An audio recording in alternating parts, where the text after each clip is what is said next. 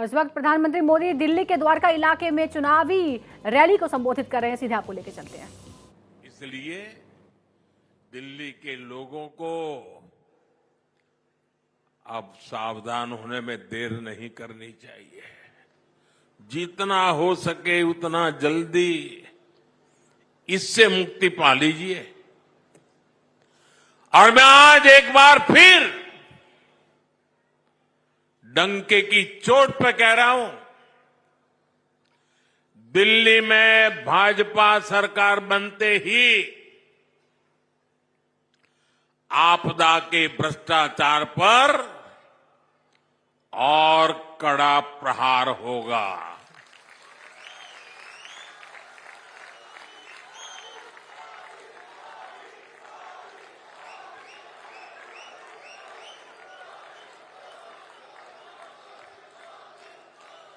जिन्होंने दिल्ली को लूटा है उन्हें लौटाना ही पड़ेगा।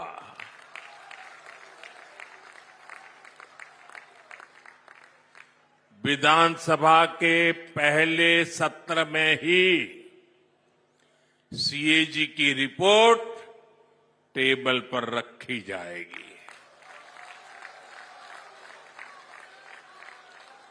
इस सीएजी रिपोर्ट में आपदा सरकार के घोटालों का जिक्र है और वो इसे दबाकर बैठी है। साथियों, मुझ पे भरोसा कीजिए। मैंने दिल्ली के मिजाज को देखा है। दिल्ली के मतदाताओं का उत्साह उमंग देखा है। दिल्ली वासियों के दिल में आपदा वालों के प्रति जो भयंकर नफरत है वो मैं देख रहा हूं और इसलिए कहता हूं, बस अब कुछ ही दिन बाकी है। आपदा सरकार का कच्चा चिट्ठा दिल्ली के लोगों के सामने होगा। साथियों, आपदा वालों की नीयत क्या है ये आप सभी देख रहे हैं। ये सिर्फ अफवाहबाजी करते हैं, झूठ फैलाते हैं। आजकल ये लोग झुग्गियों में जा जाकर भांति भांति के झूठ फैला रहे हैं और पता नहीं अभी 3-4 दिन बीच में है, ऐसा ही कोई ऐसा झूठ का बम फोड़ देंगे क्योंकि उनको वही तरीका आता है। सच ये है कि मोदी सरकार जहां झुग्गी है वहीं पर पक्का मकान बनाकर दे रही है।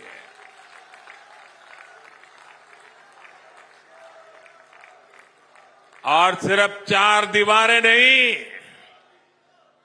ऐसा घर जिसमें अपना टॉयलेट,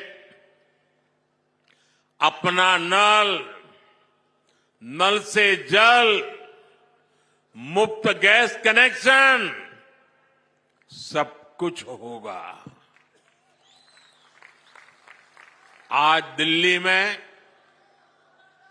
कई क्लस्टर्स में अच्छे घरों का निर्माण चल रहा है। सैकड़ों परिवारों को नए घर मिल चुके हैं। दिल्लीवासी, अब तो आप भी मुझे भली भांति जानते हैं। मेरा अपना तो कोई घर नहीं है,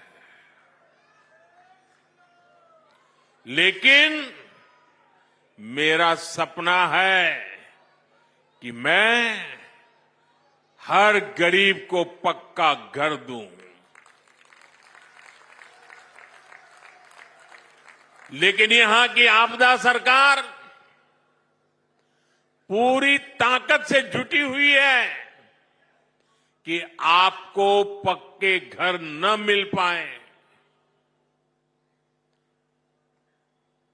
मैं देश के दिल्ली की युवा पीढ़ी से कहना चाहता हूं, आपके मां बाप ने जिन मुसीबतों को झेला है, मैं नहीं चाहता हूं कि आप अपने बच्चों को भी वही मुसीबतें विरासत में दे करके जाएं।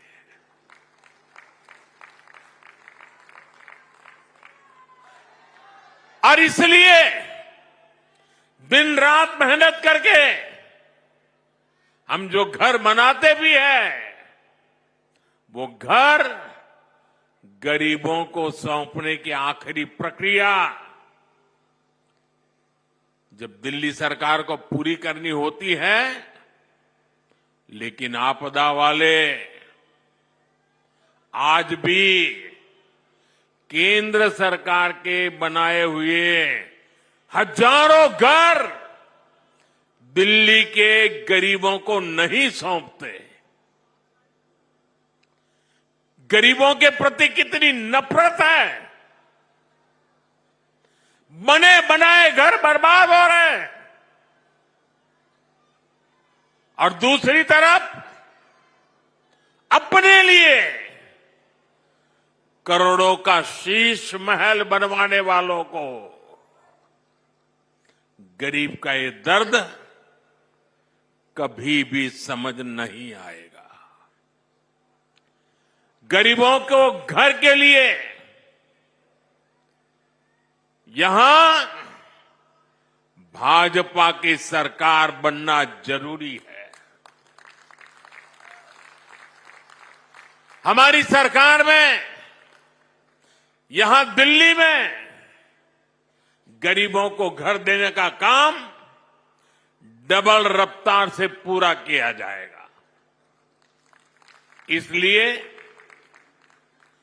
आज आप भी इस चुनाव के दरमियान जहां भी जाएं, तो मेरी तरफ से एक बात कह देना, कहीं पर भी गरीब का कच्चा घर, झुग्गी झोपड़ी नजर आ रही है, उसको जाकर के कह देना।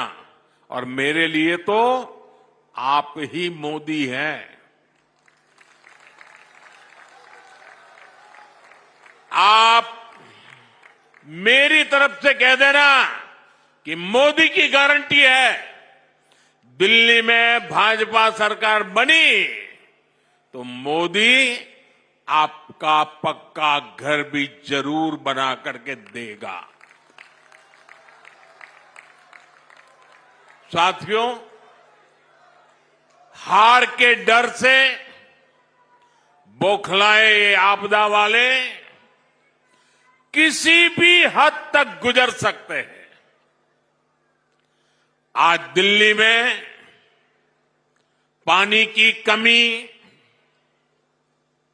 गंदा पानी, यमुना की सफाई, ये बहुत बड़ा मुद्दा बन चुका है। आपदा के लोग जहां भी वोट मांगने जा रहे हैं, लोग इनसे पानी का हिसाब मांग रहे हैं। जनता का आक्रोश देखकर इन आपदा वालों ने सफेद झूठ बोलना शुरू कर दिया है।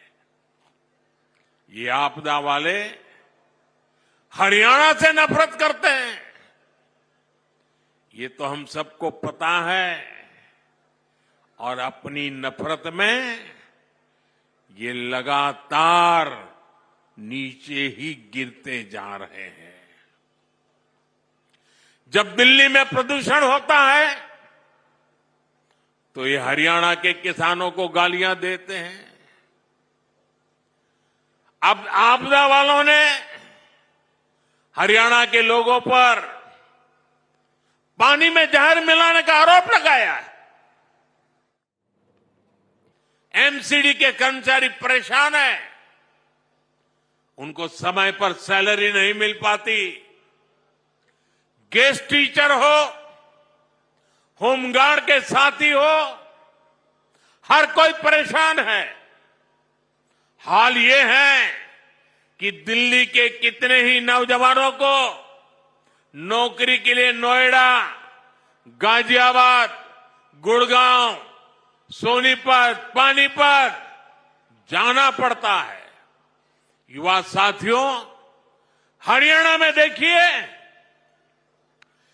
भाजपा सरकार ने बिना खर्ची, बिना पर्ची हजारों नौजवानों को सरकारी नौकरी देने का वादा किया था। सरकार बनते ही पहला काम हरियाणा की भाजपा सरकार ने यही किया।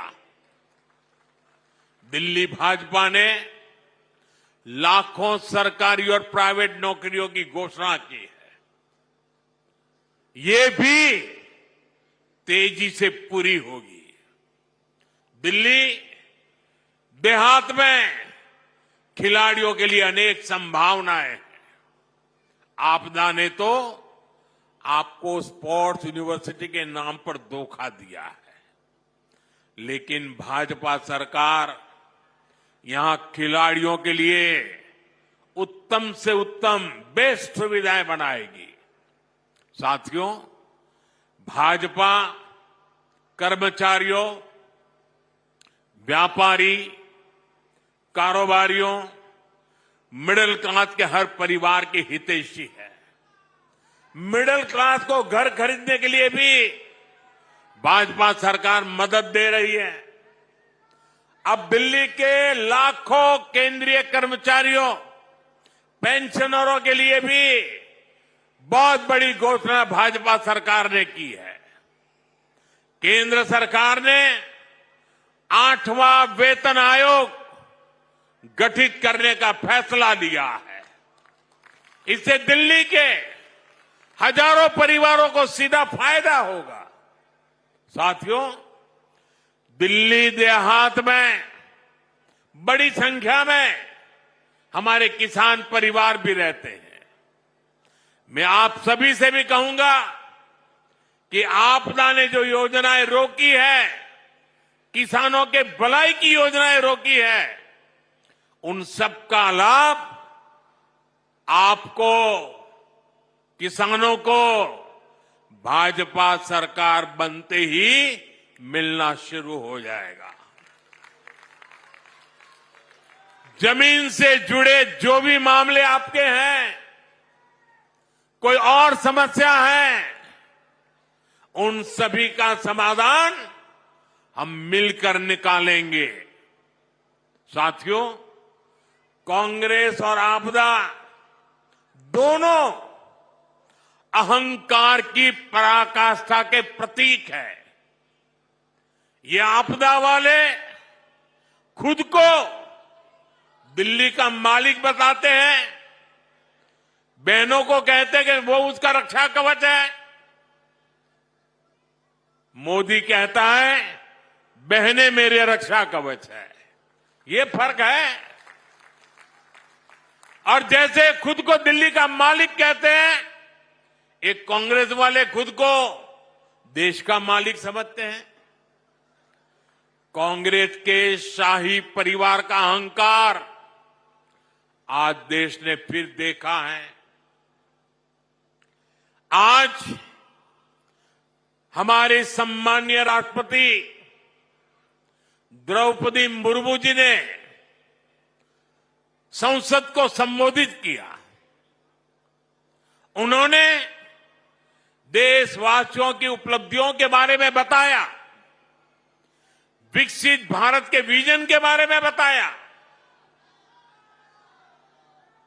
और हम समझे द्रौपदी मुर्मू जी उड़ीसा के जंगलों में आदिवासी परिवार से निकल करके यहां पहुंची है। उनकी मातृभाषा हिंदी नहीं है, वो उड़िया भाषा में पली बड़ी है। मातृभाषा न होने के बावजूद भी उन्होंने बेहतरीन तरीके से आज संसद को प्रेरित किया, भाषण दिया। लेकिन कांग्रेस का शाही परिवार उनके अपमान पर उतर आया है। शाही परिवार के एक सदस्य ने कहा कि आदिवासी बेटी ने बोरिंग भाषण दिया। दूसरी सदस्य तो इससे भी एक कदम आगे बढ़ गई। उन्होंने राष्ट्रपति जी को पुअर थिंग कहा, गरीब कहा और चीज कहा, थकी हुई कहा। एक आदिवासी बेटी का बोलना इनको बोरिंग लगता है।